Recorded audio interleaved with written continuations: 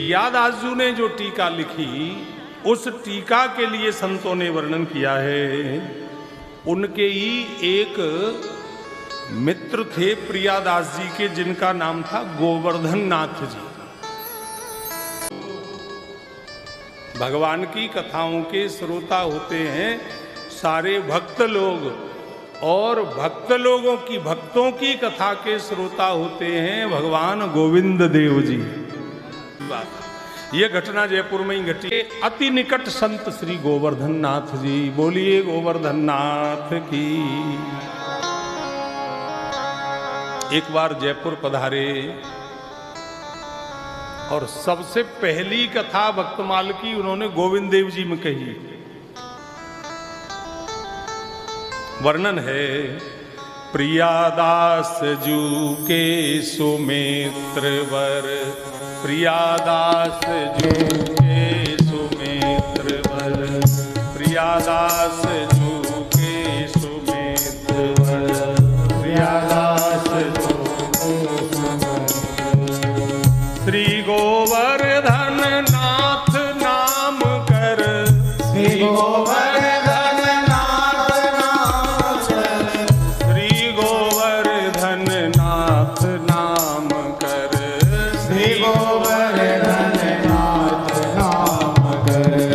ते श्री भक्त माल रंग छाए, ते श्री भक्त राम रंग छाए, पढ़ी सांभर की रामत आए, पढ़ी सांभर की रामत आए। मग में श्री गोविंद देव जी, मग में श्री गोविंद देव जी। मन में अगर दृढ़ता है कोई समस्या नहीं है, और मन में अगर कहीं शिथिलता है वहीं हावी, मरा संसार हावी, पूरी तरह से हावी। तो राधा रमण पुजारी जी ने मन कहा, महाराज यहीं आप निवेदन करो। सो मौका लग गया, अवसर मिल गया, और प्रथम बार गोविंद देव जी में, तो संभवतः उन्होंने भी प्रथम बार गोविंद देव जी में सुनाई। और इससे पूर्व में एक कथा प्रथम बार, बोलो राधे राधे है, हाँ, के होने लगी तहाँ भक्त सुमाला, होने लगी तहाँ भक्त सुमाला, होने लगी तहाँ भक्त सुमाला, होने लगी तहाँ भक्त सुमाला। आप गाना जरूर, सब जिनके हमारे शब्द समझ में आ जाए, पकड़ में आ जाए वो गाना। अगर शब्द पकड़ में नहीं आवे तो होठ तो हिलाना ही हिलाना। होठ हिलाने में क्या जा रहा है? जैसे महिला संगीत में सब माताएं हिलाती, गीत आवे चाहे नहीं आवे, लेकिन होठ सबके हिलेंगे, बिल्कुल उसी वॉल्यूम में हिलेंगे। तो होठ तो सभी हिलाना। होने लगी ता भक्त सुमाला, होने लगी ता भक्त सुमाला, जहाँ विराजत गोविंद लाला, जहाँ विराजत गोविंद लाला, जयपुर वासी सुनिवे आवे, जयपुर वासी सुनिवे आवे। अब यहाँ अग्रवाल फार्म और मानसरोवर नहीं बोलेंगे क्योंकि सब पूरे जयपुर से आए हैं। जयपुर वासी सुनिवे आवे, जयपुर वासी सुनिवे आवे, प्रेम मुदित हो अश्रु बहावे, प्रेम मुदित हो अश्रु बहावे।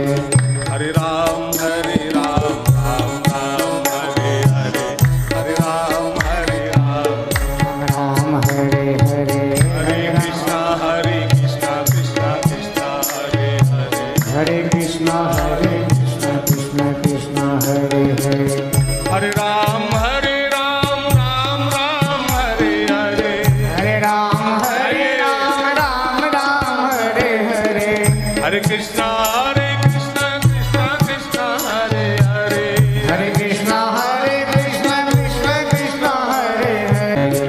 जयपुर वासी सुनिवे आवे, जयपुर वासी सुनिवे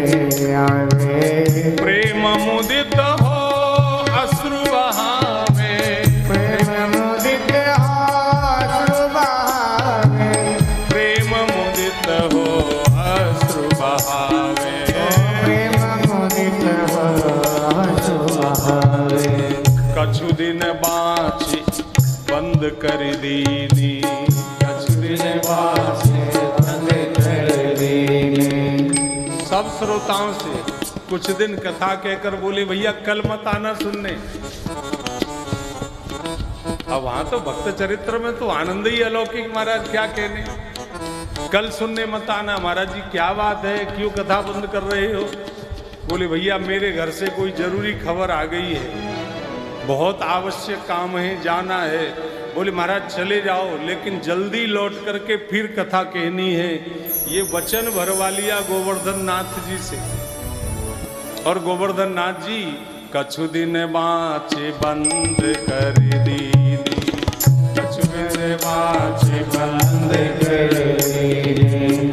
श्रोतन ते निश्चय यह कीनी, श्रोतन ते निश्चय यह कीनी, श्रोतन ते निश्चय यह कीनी, श्रोतन ते निश्चय यह कीनी।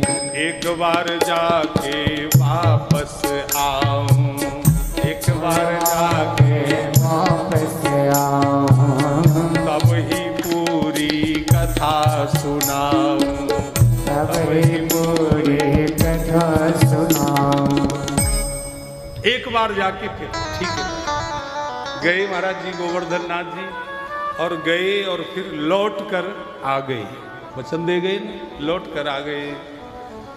सारे श्रोता वही समाज पूरा जुड़ गया, ये अपने पूरा समाज वही जुड़ गया, सब बैठे हैं। लेकिन बड़ी विलक्षण शैली है। एक बात बताएं आपको फिर, यद्यपि हम कई बार आपको बता देते हैं, हम इस मार्ग में आगे बढ़ेंगे तो हमारी परीक्षा होगी। जिस किसी भी मार्ग में इस बात को तो बहुत अच्छी तरह हिय में धारण कर लेना, हमारी परीक्षा जरूर होगी। लेकिन सबसे पहले आते ही गद्दी पर विराजे महाराज जी, और उन्होंने ये पूछा कि बताओ भाई, जिस दिन कथा का विश्राम किया था उस दिन क्या प्रसंग चल रहा था, क्या प्रसंग चल रहा था? और सारे के सारे कोई उत्तर नहीं दे पाया। अब कोई कुछ नहीं बोला तो कोई कुछ नहीं बोला तो सुनो, अब कोई कॉमर्शियल कथावाचक तो थे नहीं गोवर्धन नाथ जी, जो कि 3 घंटा उनको पूरे करने थे। वो तो खड़े हो गए, बोले तुम लोग उस दिन तो बड़ा नाटक कर रहे थे कि कथा बंद मत करो महाराज जी, बड़ा आनंद आ रहा है, बड़ा आनंद आ रहा है, और तुमको यही पता नहीं है कि कथा को कहाँ विश्राम किया था। हम तुम्हें कथा नहीं सुनाएंगे। हम चले, बाबा जी ने उठाया अपना बैग और चल दिया। अंदर से गोविंद देव जी पुजारी जी से कह रहे हैं, बोले पुजारी जी बोल दो, कोई यही थोड़े ही सुन रहे थे, मैं भी तो सुन रहा था, मैं भी तो श्रोता हूं, मैं उत्तर दे रहा हूं। रैदास जी की कथा चल रही थी, राधा रमन पुजारी जी आवाज लगा के बोले महाराज महाराज रुको रुको रुको। भले ये सामने वाले श्रोता नहीं दे पाए, लेकिन गर्भ रहने से गोविंद देव जी कह रहे हैं कि रैदास जी की कथा चल रही थी। सब तो महाराज और ज्यादा बिगड़े। गोवर्धन नाथ जी बोले बिल्कुल नहीं सुनाऊंगा। पुजारी जी से क्यों बोले, मुझसे क्यों नहीं बोले? विचार, पुजारी जी से क्यों बोले, हमसे क्यों नहीं बोले?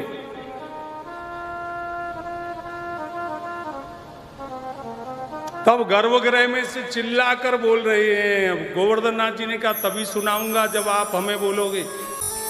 गोविंद देव जी गर्भगृह में से बोल रहे हैं, महाराज आप कथा सुनाइए। रैदास जी की कथा चल रही थी। ये सुन करके गोवर्धन नाथ जी का रोम रोम पुलकित हो गया, प्रेम के अश्रु नेत्रों से बहने लगे। और ये प्रमाणित हो गया, ये प्रमाणित उस दिन जयपुर में गोविंद देव जी के प्रांगण में प्रमाणित हुआ कि भक्तमाल की कथा को स्वयं श्री गोविंद देव जी श्रवण करते हैं। ये प्रमाणित है। तो एक प्रथम इतिहास महात्म के लिए आप बताओ, जिस अनुष्ठान में स्वयं गोविंद देव दो ही जगह तो रहते ही हैं, ना हम बसामी बैकुंठे योगिनां हृदयेन च मद्भक्ता यत्र गायन्ति तत्र तिष्ठामि नारद। जहाँ नाम संकीर्तन हो वहाँ गोविंद देव मौजूद मिले, और जहाँ भक्तों की कथा हो वहाँ गोविंद देव मौजूद मिले। ये प्रमाणित हुआ।